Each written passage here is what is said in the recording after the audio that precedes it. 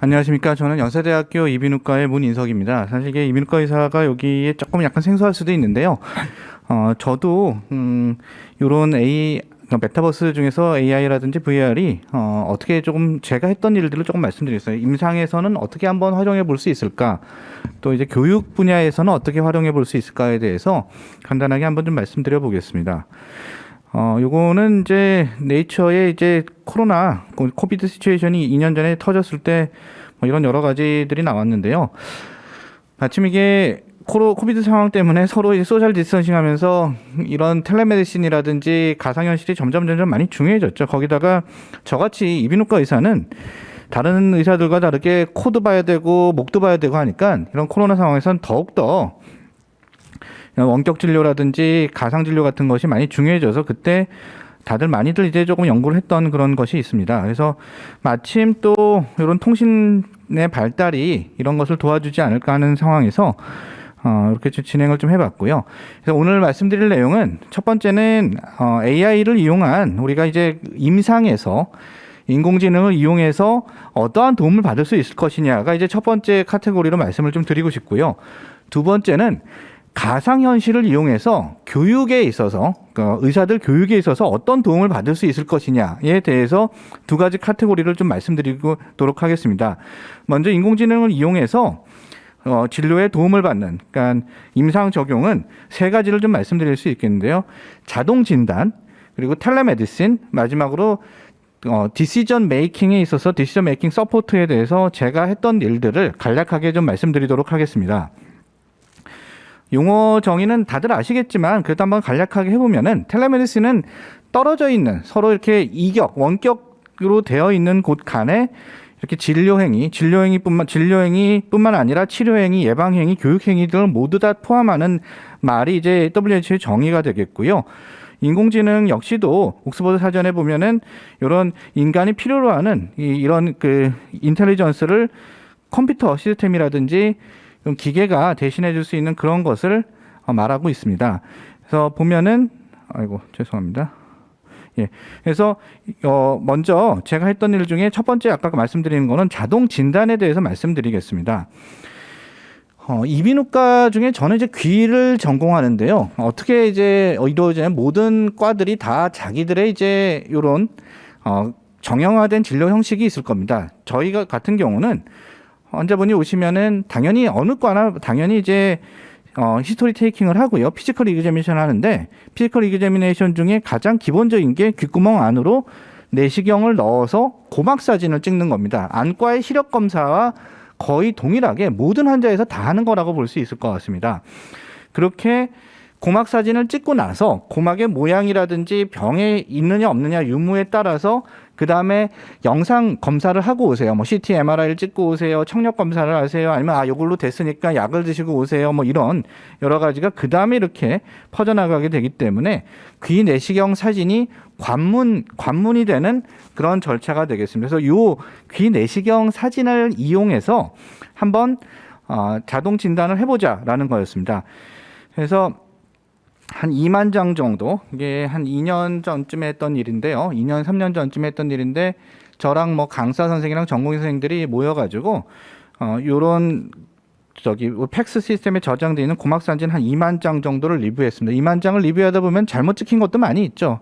초점이 안 맞는 것도 똑같은 사진을 두 번, 세 번 찍은 거, 그리고 이게 쓸 수 없을 정도로 이제 퀄리티가 떨어지는 것들이 좀 있어서 그런 2만 장 중에 한 15,000장 정도, 굉장히 좀 이렇게 퀄리티가 좋은 것들을 15,000장 정도를 고르고 그것을 진단을 이렇게 분류를 하다 보니까 6개 정도의 카테고리로 좀 모이게 되었습니다. 6개의 카테고리는 정상 고막이 있고 고막 천공, 그리고 요걸 지금 다 설명드릴 필요는 없는데 하여튼 6가지 정도의 진단으로 분류를 해볼 수 있었습니다. 그래서 500건 정도 이상의 최소 500건 정도 되는 것을 분류를 하고 그 다음에 뭐 지금은 워낙 이제 더 좋은 프로그램들이 많고 뭐 트랜스포머 같은 경우는 너무너무 빨리 되지만 그때 당시에는 이런 프로그램들이 지금 같지는 않아서 일단은 1000장 정도를 가지고 계속 피드백을 주면서 학습을 시키고 나서 그 다음에 10,000장을 넣고 이제 학습을 제대로 이렇게 시켰습니다. 그리고 이걸 분석하게 했고요. 그러면 이제 인터셉션 V3는 레슨넷 101 그리고 양성불 같은 것들을 했을 때 결국은 사람이 저희가 이제 판단한 A라는 질환은 A로, B라는 질환은 B로 이렇게 정확하게 진단할 수 있는 거. A라는 질환을 B나 B라는 질환을 C로 하면 이게 틀리는 게 되겠죠. 그래서 정확한 진단을 할 수 있는 능력이 각각 이렇게 프로그램에 따라서 93%에서 91%에서 94%까지 나오지만 어쨌든 90% 이상의 진단 확률이 나오는 것을 보고서 그 다음부터는 이렇게 고막 사진을 찍고 요것을 이렇게 앱에다가 딱 누르면은 요게 뭡니다. 94% 확률로 이걸 맞추게 되는 거죠. 이게 어떤 도움이 되느냐 하면은 경험이 없는 의사들, 예를 들어 아주 1년차 전공의 그리고 뭐 저희 이비인후과 입장에서는 이 귀질환을 보는 게 이제 가정의학과 선생님들이나 소아과 선생님들이 저희보다는 경험이 적다고 생각하는데 어쨌든 귀만 본다면은 그런 선생님들이 응급실에서 또 응급의학과 선생님이 봤을 때 이것을 진단 도움을 좀 받을 수 있는 그런 프로그램이 된다는 것이 이런 자동 진단 시스템의 하나의 취지였습니다. 이것을 바탕으로 두 번째 원격 진료에 대한 시험을 한번 해봤습니다. 보시면은 요거는 이제 2020년도 중반 정도에 했던 건데요. 아까 보여드린 그런 귀 내시경 사진은 굉장히 고가의 장비이죠. 한 대당 요새 4K 같은 경우는 이 시스템을 다 갖추는 데는 1억까지도 이렇게 봐야 되니까 뭐 대학병원 같은 전문 진료실이 아닌 한은 그걸 다 갖추기는 어렵습니다. 그렇다면은 해상도가 굉장히 학습을 많이 시키고 하면 해상도가 좀 떨어지는 것으로도 어느 정도 진단에 있어서 도움을 받고 그것을 저희 같이 이제 딱 대학병원에 있는 의사들이 모든 것을 다 볼 수는 없으니까 뭐 오지를 간다든지 이런 것을 갔을 때 찍어서 보내거나 아니면 찍어서 입력했을 때 진단을 내려주는 이런 거를 이제 해보자고 했던 거죠. 그래서 이건 아마존에 파는 한 20불짜리 그때 뭐 25불짜리 귀 고막 내시경이고 휴대폰으로 이것을 전송받아서 이렇게 프로그램을 볼 수 있는 그런 아주 험불한 내시경이 되겠고요. 그다음에 한 180명 정도를 인롤해서 처리를 했습니다. 그래서 보면은 이제 경험이 없는 의사, 피지션 A, 보통은 전공의 선생님이 되겠고 전공의 선생님이 환자분이 오면은 히스토리 테이킹과 아까 말한 험불한 오토엔도스코프로 귀 고막 사진을 찍습니다.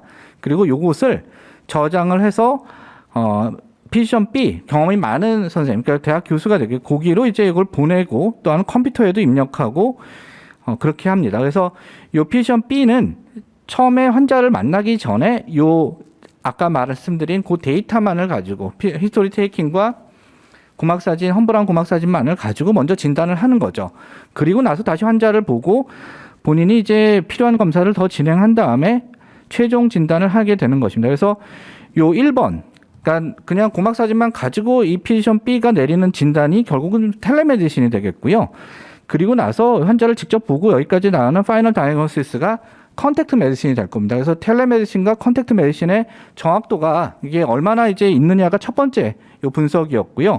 두 번째는 피지션 B가 경험이 많지만 이 사람이 뭐 100% 진단률을 가진 건 아니지 않습니까? 그래서 이런 피지션 B를 B1, B2, B3, B4, B5까지 이렇게 한 4명, 5명을 놓고서 같은 방식으로 4명에게 피지션 B 뭐 알파, 베타, 델타, 감마라고 한다고 하면은 그렇게 4명에게 같은 방식으로 했을 때 피지션끼리에 이렇게 잘 일치도가 있느냐를 보는 것이 에피컷이라든지 피지션 버라이빌리티가 되겠습니다. 그리고 마지막으로는 요것을 아까 피지션을 거치지 않고 아까 컴퓨터 안에 있는 프로그램에 입력해서 얘가 컴퓨터 프로그램이 내리는 진단과 실제로 마지막으로 이제 피지션이 마지막으로 내리는 진단이 두 개가 얼마나 일치하느냐.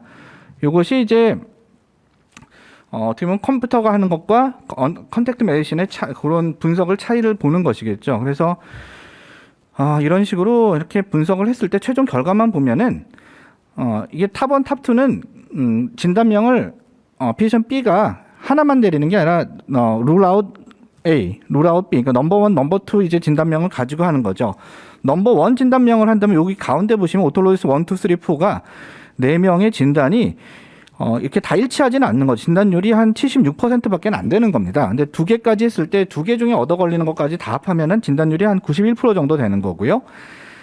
기계가 하는 거는 한 69% 정도, 70% 정도 나오고 여기도 마찬가지로 텔레메디신, 아까 말씀드린 파이널 다이그노시스 하기 전에 텔레메디신만 가지고 했을 때도 두 번째까지 하면 86%, 그러니까 텔레메디신과 컨택트 메디신의 차이는 86대 91 정도가 되겠고요. 피지션별은 이런 차이가 있고, 오토메이티드 시스템은 두 번째 진단을 안 했기 때문에 70% 정도인데, 어쨌든 아직까지 진단율이 떨어지지만 속도를 보시면은 피지션들이 1분에 1명 반 정도, 많이 해봐야 2명 정도 진단하는데 반해서 컴퓨터는 670명 정도 진단을 하니까 이게 벌써 2년 전 프로그램, 2년 전 결과예요. 그러니까 지금은 이거에 비해서 훨씬 더 많이 잘 되고 있고, 진행을 지금 하고 있는 거는 오늘 여기서 말씀드리지는 않겠습니다.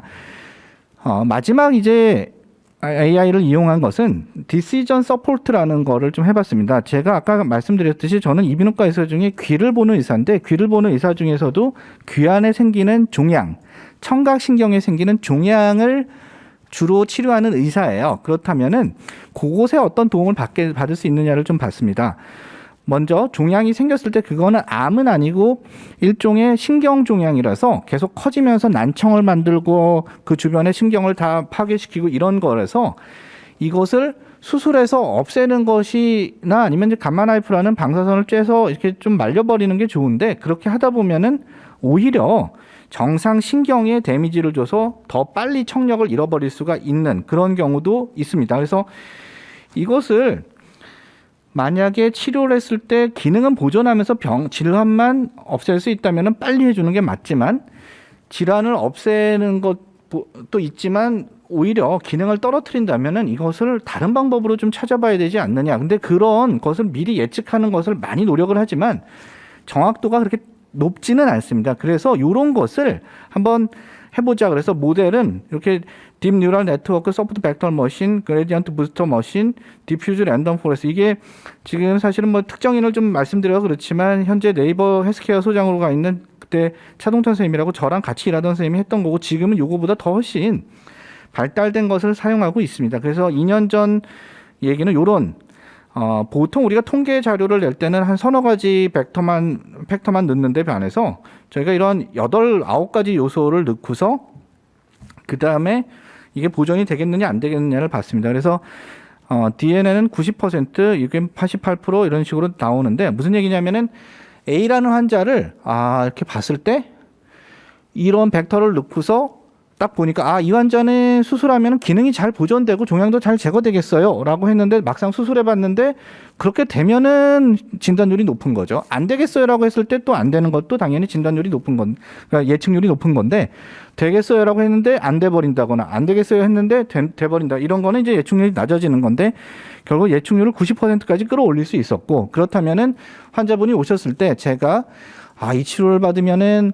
과연 기능적인 보존을 할 수 있을까요? 그러니까 병을 치료하는 것뿐만 아니라 기능적인 보존을 할 수 있을까요? 라고 물었을 때 딱 이렇게 프로그램에 앱에다 이걸 다 때려 넣어서 했을 때 당신은 되니까 하시죠, 이렇게 얘기할 수도 있고, 안 될 것 같아요, 이거는 좀 미뤄서 조금 더 지켜보시거나 아니면 그걸 각오하고서라도 하실 생각이 있으면 하시죠, 이런 식으로 말씀드릴 수 있는 그런 근거 자료가 되는 것이 요런 연구였습니다. 그래서 서머리를 하자면은 인공지능을 이용한 이런 임상 적용은 제가 3가지를 해봤는데요.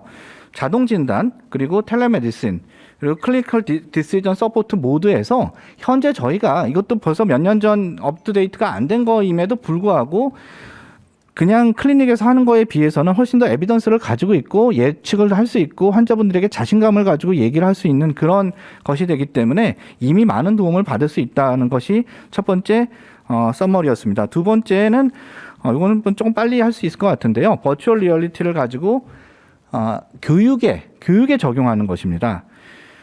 요거는 이제 레디 플레이어 원, 그러니까 뭐 이제는 완전 고전이 되어 버린 건데, 이런 우리 가상현실 이제 오큘러스를 쓰고 하는 요런 거에는 굉장히 고전이 된 그런 영화고요. 뭐 저희 아들인데 이렇게 박물관에 가도 요새는 다 이런 식으로 하더라고요. 그래서 이렇게 가상현실 이게 요거 쓰고서 하는 이런 것들이 벌써 몇 년 전부터는 다 하고 있죠. 그래서 요것을 결국은 교육에 적용할 수 있지 않겠느냐라는 겁니다. 이게 왜 그랬냐면 제가 나름대로 임상에서 좀 주특기가 있는 의사라서 이거 제가 하는 개인 워크숍이에요. 개인 워크숍에 많은 정말 한 40개, 30, 40개 국가에서 와서 제 개인 워크숍을 듣고 있어서 그걸 한 몇 년째 운영을 하고 있었는데 이 코로나 사태가 나오면서 이걸 못 하는 거예요. 그러니까 얘네들이 한 명씩 들어오기도 이게 단체적으로 하는 것도 못 하고 뭐 한 명 한 명 들어오는 것도 못 하니까 이걸 어떻게 할까 그러다가 이걸 가상현실 뭐 이런 수술 프로그램을 만들어서 한번 해보자라는 거고 요것을 이제 메디컬 IP의 박상준 대표님한테 하나 이런 걸 하고 싶은데 원래 이제 박상준 대표님이랑 3D 프린팅으로 이걸 교육 자료를 좀 만들었었는데 지금 이렇게 힘든 상황인데 이거 어떻게 해결 방법이 없을까요? 라고 했더니 그럼 뭐 이게 우리 저기 아까 나왔듯이 로블록스라는 제페토 같은 그런 프로그램을 만들어서 서로 나는 여기서 하고 너는 저쪽 나라에서 하고 같이 쓰고서 하는 걸로 해보자 이렇게 해서 만들어 주신 겁니다. 그래서 요거 프로그램은 이렇게 언리얼 엔진 같은 걸 쓰면은 진짜 주전자를 이런 식으로 바꾸고 또 요거를 이런 식으로 할 수 있게 좀 만드는 그런 거죠. 기술적인 거는 제가 다 설명드리기는 어렵고요. 모든 것을 다 지금같이 똑같이 하는 건 아니고 이렇게 다트를 찍어서 여기를 가르치면 이런 동작이 나오게 저기를 가르치면 저런 동작이 나오고 이렇게 하면서 그런 프로그램을 짜가지고 예를 들어 내가 절개를 하겠다 그러면은 요 점을 딱딱딱딱 맞추면은 절개가 되고 꼬매는 것도 이렇게 이런 방식으로 이렇게 딱 하면은 딱딱딱딱 되는 요런 식으로 이제 프로그램을 짜고 하는 겁니다. 그래서 여기서 지금 요게 저희 의과대학 해부학 실습실에서 이걸 하는 거고요. 이 친구는 말레이시아에서 이걸 듣고 있는 거예요. 그러니까 똑같이 이걸 교육시키면은 옆에서 똑같이 일을 하고 있는 겁니다. 이 메디컬 IP의 장대리가 이걸 하고 있고 우리 말레이시아에 있는 닥터 디나는 이걸 따라서 이렇게 계속 같이 수술을 하는 거죠. 귀에다가 내시경을 넣고 고막을 보고 여기 보시면 이렇게 다트가 찍혀 있는데 거기다가 이렇게 갖다 대면 마치 칼로 이렇게 하듯이 하면은 이게 딱 거기 점을 다 찍으면은 이렇게 여기 지금 안 찍었나 하여튼 그러면 이게 딱 열리게 돼 있고 그 다음 프로시저가 되고 이런 거를 물론 현장과는 동일할 수는 없겠습니다만은 그래도 말로만 설명하고 강의로만 설명하고 이런 거보다는 뭐라도 좀 해볼 수 있게 하는 것이 도움이 될 것 같고 많이 좋아했어요. 이것은 작년에 했던 거고요. 아까 말씀드린 것처럼 저희는 여기 연세대학교에서 하고 H는 말레이시아, 이 친구는 저쪽에 이탈리아 이런 데서 계속 이렇게 했던 프로그램이 요거고 요겁니다. 이제 앞으로 더 성장을 하겠죠, 당연히.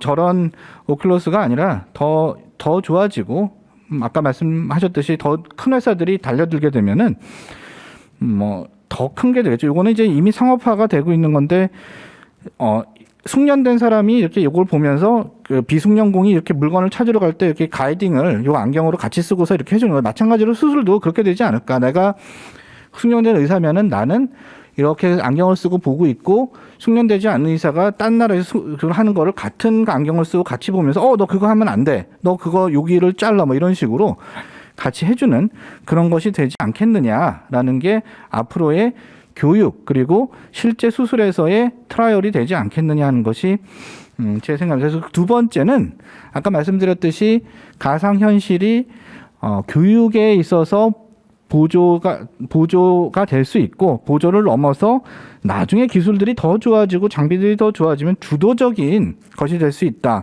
현재 이미 MD박스 같은 메디컬 IP에서 한 그런 기계들은 이미 거의 상용화가 돼서 많은 의과대학에서 그것을 들여서 실제 해부학 실습만큼 거의 동일한 수준으로 많이 이렇게 활용을 하고 있거든요. 그리고 수술의 숙련 같은 것이 실제로 쉽게 되지는 않는데 외국에 꼭 유명한 의사를 찾으러 가서 거기서 배워지면 되는 게 아니라 이렇게 같이 텔레서저리를 통해서 마치 손잡아서 가르쳐 주듯이 할 수 있지 않을까 하는 것이 앞으로의 생각입니다. 네, 경청해 주셔서 감사합니다.